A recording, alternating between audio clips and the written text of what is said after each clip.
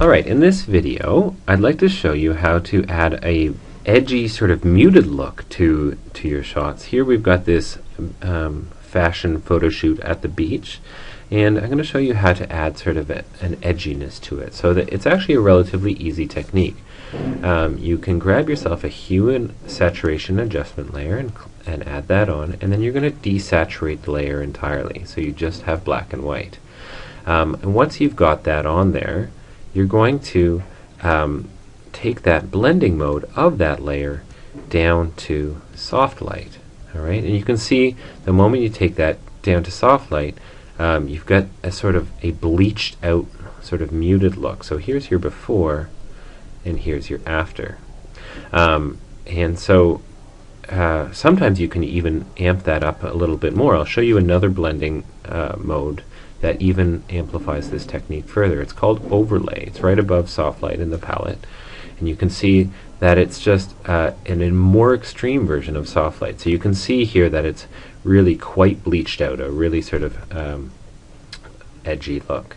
You'll notice what happens though is in the hair, when you've done that, is it sort of blacks out some of the details in the hair. And sometimes you might like that look, but maybe you want to have more detail in the hair and it looks too solid of a shape. And so I'm going to show you how you can actually refine that a little bit. So if you go over to your hue and saturation layer, you have to find a spot right where my cursor is right now, where you can double click on the layer itself. You can't click on the layer mask or even in the word. You just have to find that spot where you can double click on the layer itself, and that brings up your layer style options. And so you can grab this this slider here and start to bring the detail back. Okay, so you can start to see some detail showing up in your layer. The downside to this technique is you can see sort of pretty hard edges appearing in there.